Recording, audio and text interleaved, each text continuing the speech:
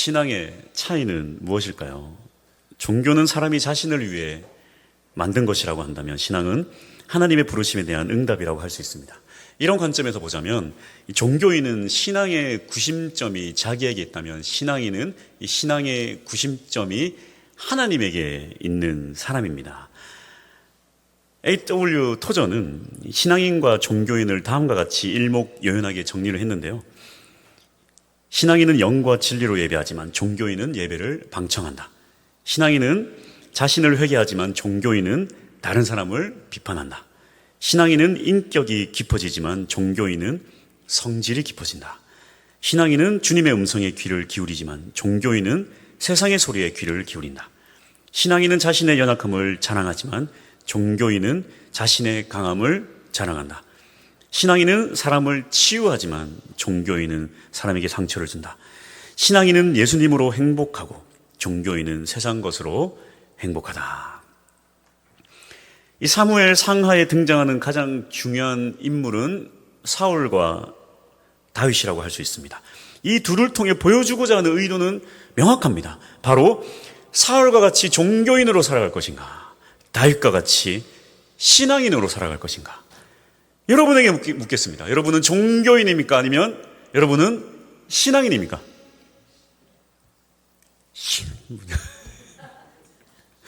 여러분들가 신앙인이 될 수 있기를 축복합니다. 그러기 위해서 우리는 어떻게 해야 할까요? 첫 번째로 주권이 어디에 있는가? 주권이 어디에 있는가? 이 사무엘상하는 후세대의 두 권으로 책이 나눠졌습니다. 원래는 한 권의 책인데요. 이 한 권의 책이 처음부터 끝까지 명확하게 주장하는 게 뭐냐면, 여러분 보십시오. 이 책이 처음에는 한나의 노래로 시작해서 마지막은 다윗의 노래로 끝이 납니다. 한나의 노래가 말하는 것이 무엇일까요? 사무엘상 2장 6절에서 7절. 여호와는 죽이기도 하시고 살리기도 하시며 수월에 내리기도 하시고 거기에서 올리기도 하시는도다. 여호와는 가난하기도 하시고 부하게도 하시며 낮추기도 하시고 높이기도 하시는도다. 하나님의 주권을 말하고 있습니다. 마지막을 장식하는 다윗의 노래는 어떠할까요? 사무엘하 22장 28절. 주께서 공고한 백성은 구원하시고 교만한 자를 살피사 낮추시리다. 모든 것이 하나님의 주권에 달려있다는 거예요. 한마디로 이 사무엘서는 사울과 다윗의 주권을 비교하는 책입니다. 사울은 주권이 자신에게 있다면 다윗은 주권이 하나님에게 있습니다. 종교인에게 주권은 자신에게 있어요. 특징이 무엇입니까? 이 종교인의 특징이 있어요. 바로 눈을 의지한다는 것입니다. 사울을 보십시오. 자신의 눈을 의지합니다. 두려워서 자기가 먼저 제사합니다. 눈으로 보고 두려워해요. 또 눈으로 보고 좋은 것들, 아말렉을 진멸하라고 했더니 눈으로 보고 좋은 것들을 다 가져갑니다. 종교인의 특징이에요. 눈으로 보는 세상을 의지합니다. 눈으로 보는 세상에 집착합니다. 반면에 신앙인은 영적인 눈을 가졌습니다. 골리앗이 나타났어요. 모든 종교인들 어떻게 합니까? 그를 눈으로 바라봅니다. 그의 키를 눈으로 보고 그의 갑옷을 눈으로 봅니다. 그의 무기를 눈으로 봅니다. 그러나 다윗은 영적인 눈을 가진 자였습니다. 하나님의 이름으로 나아갔고 하나님의 능력으로 나아갔습니다. 영적인 눈으로 보는 사람들은 하나님을 바라보는 자들이에요. 하나님의 이름을 바라보는 자들입니다. 이것이 바로 신앙입니다. 신앙인. 눈을 의지하지 말고 온전히 예수 그리스도를 의지할 수 있는 신앙인이 될 수 있기를 축복합니다. 제가 지난주에 일부 예배 때만 좀 이렇게 나눴던 이야기인데요. 이 멕시코에서 선교하시는 이 김윤상 선교사님을 한번 이 간증을 잠깐 얘기하고 싶어요. 이분이 멕시코에서 선교하다가 교통사고를 당해서 내장이 다 파열됩니다. 그래서 24일간 혼수 상태에 빠지는데요. 그때 이렇게 천국과 지옥을 갔던 것을 간증을 했는데, 제가 사실은 천국과 지옥 간증 별로 의지하지 않습니다. 저 별로 믿지 않아요. 그런데 이분의 간증을 보니까 굉장히 성경적이고 은혜가 됩니다. 제가 막 힘이 되더라고요. 그래서 잠깐 이 시간에 나누고 싶은데요. 이분이 24일간 혼수 상태에 빠지면서 어디로 갔냐면 어느 건물에 있더래요. 건물에 한 14명 정도가 있는데 죽어라고 막 돈을 벌어온다는 거예요. 그냥 죽어라고 돈을 벌어오는데 이 14명 중에 리더자가 남녀 각자 한 명씩 이 2명이 있는데요. 남자 한 명, 여자 한 명 리더인데 그렇게 고통을 주더래요. 그렇게 막 윽박 지르고 소리 지르고 고통을 주고 하루 종일 뼈 빠지게 일을 시키고 돈 벌어 오라 그러고, 그래서 정말 소망도 없이 희망도 없이 그렇게 죽으라고 돈을 벌어오는데도 항상 공고하고 메마르고 죽을 것 같고, 이런 상황 가운데에 갑자기 자기가 잊었던 단어가 생각이 나더라는 겁니다. 뭐라 그랬냐면 갑자기 생각이 나더래요. 예수, 보혈, 예수, 보혈. 그런데 갑자기 그 14명이 순간 갑자기 정지가 되는 거예요. 그래서 그들이 수군거리기 시작하는 겁니다. 아니, 어떻게 예수, 보혈이란 단어를 아는 사람이 여기 왔는가? 저 사람이 어떻게 여기 왔는가? 수군수군거리기 시작하는 거예요. 그러더니 이 리더자들이 일도 보내지 않고 이 선교사님을 갑자기 어느 방에 가두더래요. 그리고 CCTV를 막 몇 개를 달아가지고 감시를 하는 거랍니다. 그런데도 굴복하지 않았어요. 갑자기 용기가 생기더래요. 그래서 예수, 보혈, 예수, 보혈, 예수, 보혈. 이 사람들이 막 견딜 수 없어요. 어느 순간 이 선교사님이 이제 이 건물을 벗어나서 어느 곳에 딱 섰는데 저 앞을 보니까 아주 매우 큰 돌산이 있더라는 겁니다. 저 높이에 누가 있냐면 딱 봐도 아주 늠름한 누군가가 서 계신데 예수님인 걸 딱 봐도 알겠더라는 거죠. 그래서 본인이 너무나도 공고하고 너무나도 힘들었기 때문에 예수님을 향해서 막 달려갔습니다. 그래서 그 큰 산을 오르는데 올라도 올라갈 수 없어요. 근데 밑에서 보니까 사탄이 또 쫓아오고 있어요. 그래서 막 올라가고 있는데 자기가 이제 지쳐서 도저히 못 올라가겠다 쓰러졌더니 예수님께서 이렇게 내려오시는 겁니다. 사탄은 올라오고, 그렇게 예수님과 사탄과 이 선교사님 이렇게 세 명이 딱 있는데요. 갑자기 파노라마처럼 자신의 인생이 쫙 펼쳐지더래요. 그러면서 이 사탄이 예수님께 계속 참소하는 겁니다. 보십시오, 보십시오, 이런 죄를 지었습니다. 보십시오, 얼마나 추악합니까? 근데 그게요 막 너무나도 세밀하게 다 나와요. 너무나도 추하고 본인의 내면 속에 있는 너무나도 추한 죄까지 다 펼쳐지는 거예요. 그러니까 사탄은 계속 참소하는 거예요. 보십시오, 이러한 자가 이러한 자입니다. 이러한 자입니다. 제가 데려가겠습니다. 제가 데려가겠습니다. 예수님 뭐라고 하신 줄 아십니까? 내가 나의 피로 이 모든 죄를 깨끗이 씻었다. 사탄이 마지막 소리 지르대요. 왜 이러한 자를 예수님이 이렇게 사랑하고 이렇게 책임지시는 겁니까? 그러면서 뒤돌아가더라는 거죠. 예수님과 이 선교사님 딱 2명만 남았습니다. 자기는 좀 칭찬받을 줄 알았대요. 좀 많은 것을 칭찬받을 줄 알았는데 예수님께서 몇 가지 칭찬을 안 하시는 거예요. 자기가 지금까지 평생을 예배하고 모태신앙인으로서 평생을 주님 바라보고 살아왔는데, 이렇게 선교도 열심히 하고 열심히 살았는데 예수님 몇 가지 일을, 그런 것들 다 그냥 지나가시고 몇 가지 일만 칭찬하세요. 그게 뭐냐면 정말 오직 100% 예수님만 의지했던 그때 그 몇 가지 일들만 예수님 칭찬하신다는 거죠. 그래서 뭐 사업이 망해가지고 막 어찌할 줄 몰라서 주님만 의지합니다. 주님만 의지합니다. 그랬을 때만을 예수님께서 칭찬하시면서 너무너무 기뻐하셨다는 것입니다. 보니까 자기가 종교인으로 살아왔던 모든 순간들, 예배는 드렸지만 자기 자신을 위해 살았던 모든 순간들 예수님 그렇게 중요하게 여기지 않았어요. 정말 주님만을 의지하며 예배했던 순간들, 주님 앞에 하나도 숨길 수가 없어요. 정말 주님만 의지했던 것, 주님 다 아신다라는 것입니다. 여러분, 주님만 의지할 때 주님께서 기뻐하세요. 할렐루야. 그래서 다시 이 선교사님이 깨어나 보니 그 건물에 들어왔는데 이제 담대하게 용기를 얻어서 예수 보혈, 예수 보혈, 예수 보혈 했더니 그 사탄이 이제 그만하자, 이제 그만하자 그러면서 그 혼수 상태에서 탁 깨어났다. 할렐루야. 제가 이 간증을 듣는데 이제 목적이 생겼어요. 주님만 의지한다. 주님만 의지한다. 할렐루야. 주님께서 주님을 의지하는 걸 이렇게 기뻐하세요. 이렇게 기뻐하십니다. 주님만 의지하는 사람이 진짜 신앙인입니다. 할렐루야. 두 번째, 종교인과 신앙인의 차이는 무엇인가? 바로 축복이 어디에 있는가? 축복이 어디에 있는가? 종교인의 축복은 세상에 있다면 신앙인의 축복은 하늘에 있습니다. 그래서 이 사울은 세상의 축복을 소유하고자 했습니다. 그래서 그는 다윗을 시기하고 죽이려고 했습니다. 이것이 바로 세상 축복을 의지하는 사람의 삶이에요. 세상 축복 때문에 누군가를 시기하고 죽이고 분노하고 살아가는 거예요. 어떻습니까? 사울은 다윗을 도왔다는 이유로 하나님의 제사장들을 85명이나 죽여버렸습니다. 하나님 두려워하지도 않아요.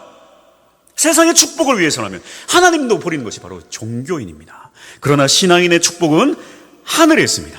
세상의 축복이 있든지 없든지 오직 하나님과 끝까지 동행하며 살아가는 그러한 사람이 바로 신앙인의 모습입니다. 그리고 그의 인생의 끝에 소망이 있음을 믿고 주님 끝까지 붙잡고 살아가는 거예요.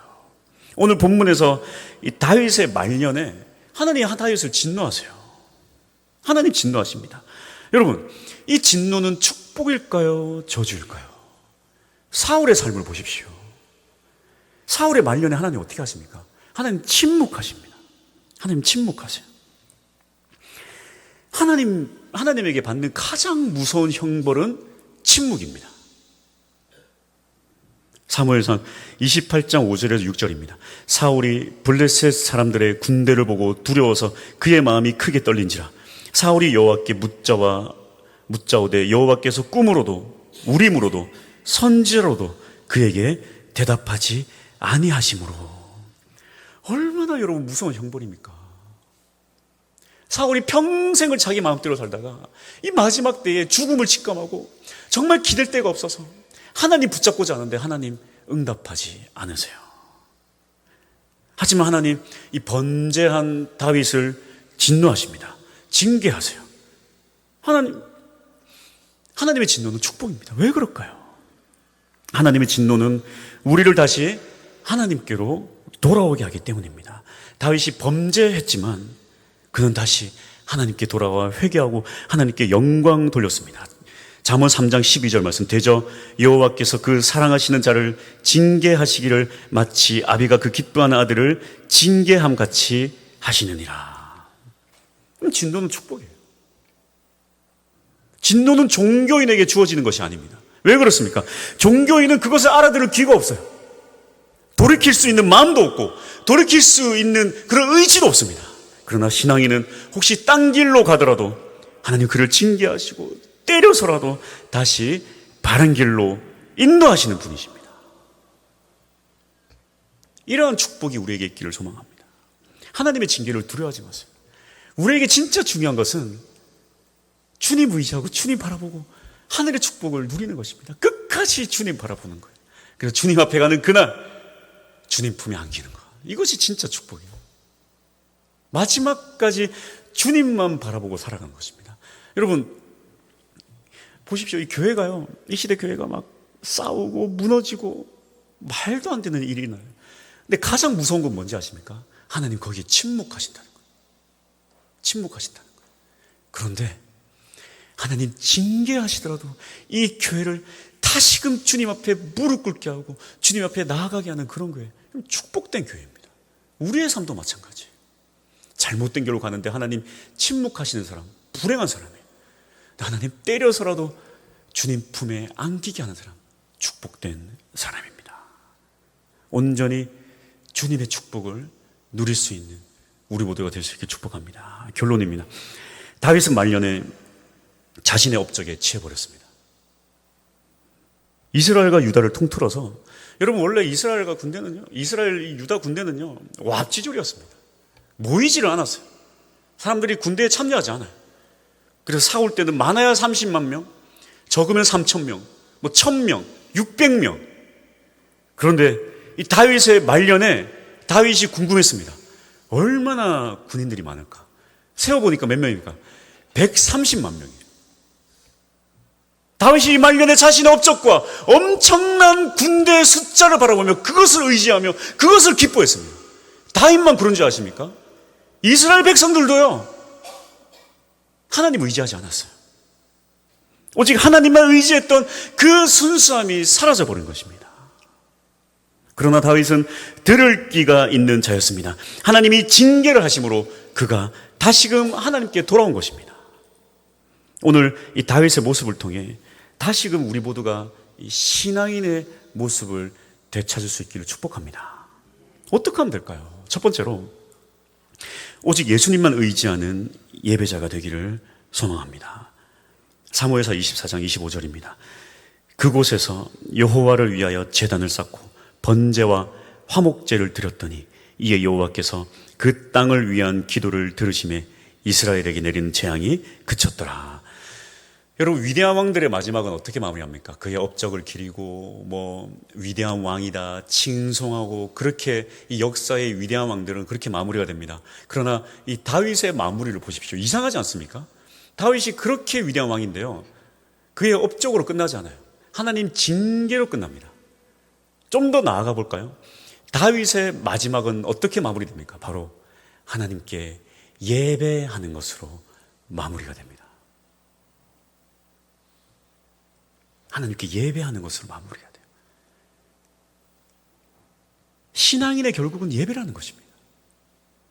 하나님 가장 원하시는 것이 무엇인지를 보여주고 있는 거예요. 하나님 가장 원하시는 것 바로 예배입니다. 성경에서 이 최고의 왕에게 하나님 요구하시는 것, 예배라는 것입니다. 그의 업적도 그의 위대함도 아니에요.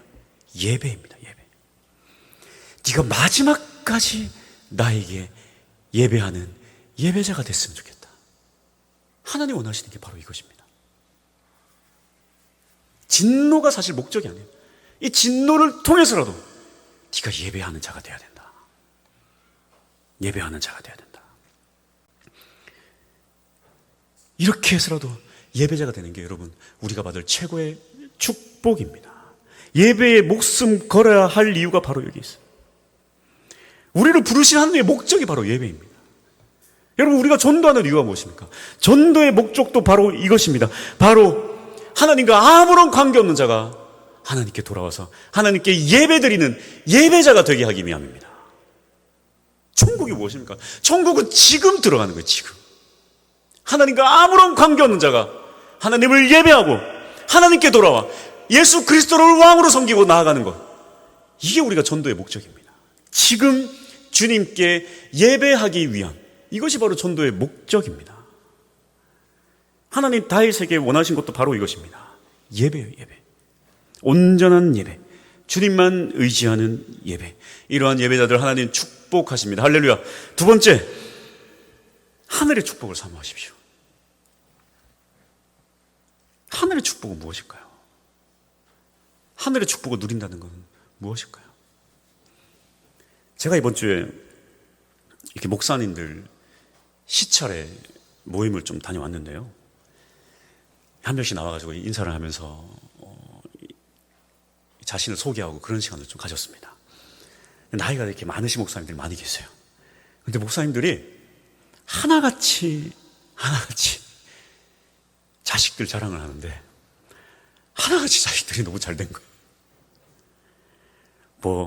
막 명문대 나오고, 막 좋은 직장 다니고, 미국 어쩌고저쩌고, 어디 어쩌고저쩌고. 어이구, 막. 이런 단면적인 모습을 보고 무엇을 판단할 수 없지만, 사실 목사님들이 막 큰 교회 사역을 하시는 분들이 아니에요. 막 굉장히 어렵게, 힘들게, 또 막 가난하게 사역하시는 그런 분들이시거든요. 그러니까 이게 자녀들 제대로 키울 수 있는 상황이 아닌데, 어쨌든 되게 힘들게 사셨지만 자녀들이 이렇게 잘 되었다 이런 얘기를 제가 좀 들었습니다. 그리고 또 제가 보니까요, 저도 지금처럼만 하면 주님께서 우리 자녀들을 책임지시고 잘 키워줄 것 같은 거예요. 이게 지금 제가 말하고자 하는 핵심이 아니기 때문에 아멘하십시오. 좀 이따 아멘하십시오. 그런데 제가 갑자기 이런 생각을 했습니다. 아니, 목회자만 복받고, 목회자 자녀만 복받고, 목회자 자녀만 무슨 성공하고, 이것이 진짜 성공한 목회자일까? 제가 그런 생각했어요. 여러분 다 지질이 복도 없이 사는데 저만 막 잘 돼. 이게 진짜 목회자의 삶일까? 같이 하늘의 축복을 누려야죠. 여러분 모두 종교인처럼 살아가는데 나만 신앙인으로 살겠다. 그래서 나만 복받겠다. 나만 하나님 동행하겠다. 나만 하늘의 축복을 누리면서 살겠다. 잘못된 거죠. 잘못된 것입니다. 그럼 어떻게 하면 될까요? 방법을 알려드릴게요. 여러분 진짜 중요한 것은 뭐냐면 추상적인 예배, 추상적인 동행, 추상적인 의지, 이건 안 된다는 것입니다. 하나님 우리의 행동을 보십니다. 마음만으로는 안 돼요. 하나님 우리의 마음을 보시는지 아세요? 마음도 보시지만 하나님 우리의 행동을 보십니다. 지난주 원로 목사님 말씀하시지 않았습니까? 10명이 깨끗함을 받았는데 9명은 어디 있느냐? 고맙겠죠. 감사하겠죠. 그 마음에 기쁨이 있겠죠. 그러나 그 마음만으로는 안 된다는 것입니다. 주님 무엇을 보신다고요? 그 마음만으로 안 된다는 거예요. 그 9은 어디 갔냐는 것입니다. 행동하지 않는 그 마음, 예수님 인정하지 않으신다는 거예요. 예수님 보십시오. 직접 찾아와 인사하는 그 행동을 중요하게 여긴다는 것입니다. 여러분 우리의 삶도 보십시오. 남편이 맨날 때리면서 내 마음은 널 사랑한다. 사랑 아닙니다. 자녀를 위해서 아무것도 안 했으면서 나도 자녀 사랑한다. 남편을 위해 아무것도 안 했으면서 나도 남편 사랑한다. 사랑 아니라는 겁니다. 사랑 아니라는 거예요. 추상적인 예배, 추상적인 의지, 추상적인 헌신 아니라는 거예요. 교회 나가야 되는데 그걸로 안 된다는 것입니다. 내 마음만 아시죠? 행동으로 옮기지 않으면 안 된다는 거예요. 사랑하는데 행동으로 옮기지 않는다. 그 사랑이 아니라는 것입니다. 하나님을 사랑하지만 예물 드리는 건 아깝다. 아니라는 거예요. 예물은요, 여러분, 참 어려운 말씀입니다. 여러분, 각자 상황에 맞게 예물을 드리는 거예요. 여러분, 뭐 11조를 드리든 감사헌금을 하든, 여러분, 저는 그렇습니다. 마음에 부담이 되고 상황적으로 안 되시는 분들을 할 수 없어요. 그걸 제가 뭐라고 할 수 없습니다. 다만, 내가 나 자신을 평가할 때 나는 주님 앞에 드려야 되는 사람은요, 여러분, 그것을 가지고 시험 들고 아까워서는 안 된다는 거예요. 그것 때문에 무너지면 안 된다는 것입니다. 제가 이걸 뭐 무조건 해야 된다는 게 아니라 내가 주님 앞에 나가야 되는 사람은 그렇게 반드시 나가야 된다는 거예요. 여러분 절대 오해하지 마시기 바랍니다. 제가 그랬다는 거예요. 제가 올해 들어와서 한꺼번에 막 몰려왔어요. 한꺼번에 몰려왔습니다. 제가 이렇게 계획을 다 세워놨습니다. 올해는 이렇게 살아야 되겠다. 잘 살아야 되겠다. 네, 처음부터 삐걱거렸어요. 아내가 좀 취업이 잘 되면 문제없이 살 텐데 취업이 안 되는 거예요. 거기서부터 막 삐걱거리기 시작했어요. 막 힘들어. 돈이 모자라. 막 스트레스 받아. 헌금 내는데 스트레스 받아. 목사인데 11조 내에 아까워요. 이제 부끄러움을 고백하는 겁니다. 제가 목사인데 목사인데 아까운 거예요. 나 죽겠는데 지금 어떻게 해야 되나. 오죽하면 토요일 날 막 학생들 오는데 뭐 사주긴 해야 되겠고 막 그것도 스트레스 받아 죽겠어요. 제가 오죽하면 부끄러운 고백하자면 제가 알바를 하려고 했습니다. 제가 영상 제작하는 거 내 포트폴리오까지 내가 제출했어요. 그래서 영상 제작하면은 뭐 이렇게 얼마 받고 하니까. 제가 그날 그러고요. 그 다음날 새벽에 기도하다가 하나님한테 엄청 혼났습니다. 엄청 혼났어요. 내가 지금 이렇게까지 너를 코너로 모는데 이유가 있지 않겠느냐. 저만 힘든 게 아니라 그때 다시 갑자기 막 교회도 갑자기 막 어려운 거예요. 다 어려워. 우리 큰딸도 어려워. 막 힘들어져. 다 어려워. 내가 할 수 있는 게 아무것도 없어. 그러니까 하나님 이렇게까지 하는데 이유가 있지 않겠냐. 너 왜 나를 온전히 의지하지 못하느냐.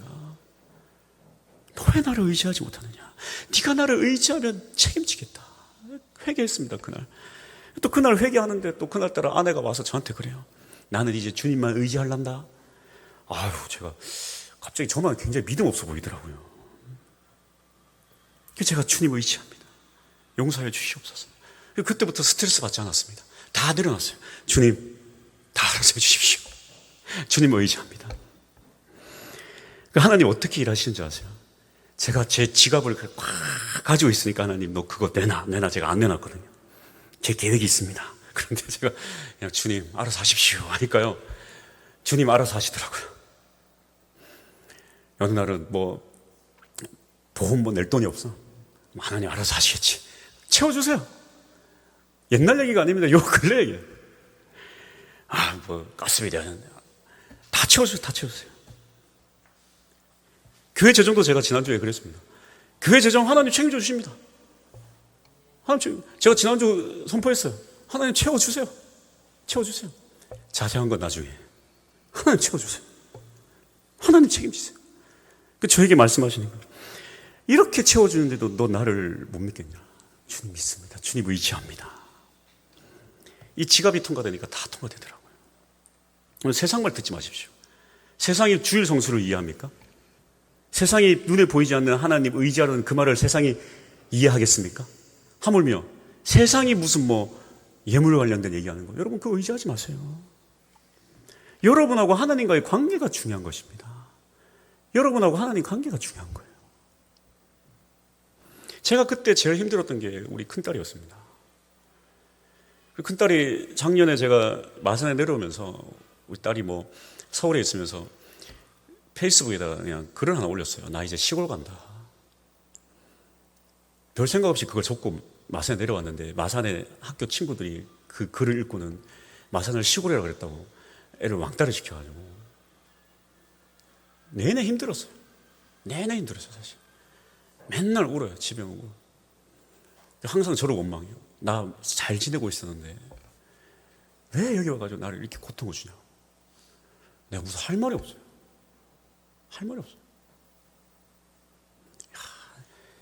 그렇게 되니까 부모가 할 수 있는 게 아무것도 없더라고요. 매일 오면 울어요. 제가 오죽하면 제가 올해 전학을 보냈습니다. 그리고 주님께 맡겼습니다. 더 이상은 제가 할 수 있는 게 없네요. 더 이상 제가 할 수 있는 게 없습니다. 한 번에 다 몰려와서 한 번에 다 주님께 맡겼습니다. 주님만 의지했어요. 주님만 의지합니다. 주님만 의지합니다. 주님만 의지합니다. 주님 다 책임져 주시더라고요.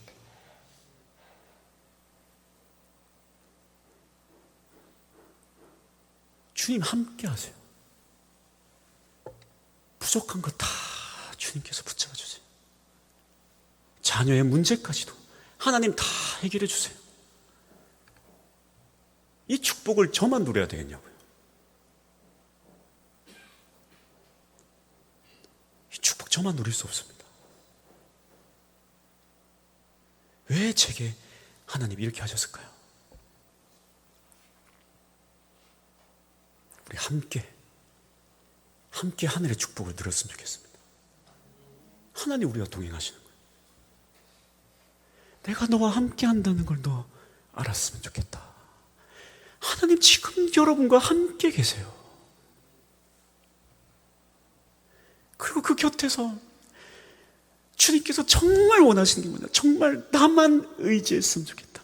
너의 그 눈이 저 세상을 바라보지 않았으면 좋겠다. 나를 바라봐라. 나를 바라봐라. 그럴 수 있겠습니까? 그럴 수 있겠습니까? 예배에 목숨 거십시오. 제발 간절히 부탁드립니다.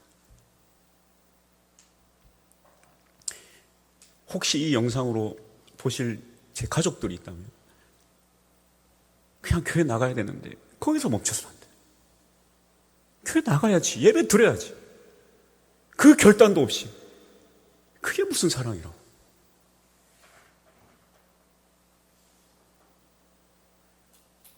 지금 당장 그 발을 옮겨서 교회 나가야지.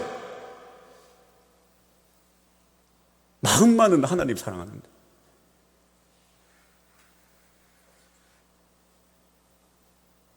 제발 교회 나가십시오. 제발. 제발 간절히 부탁드립니다.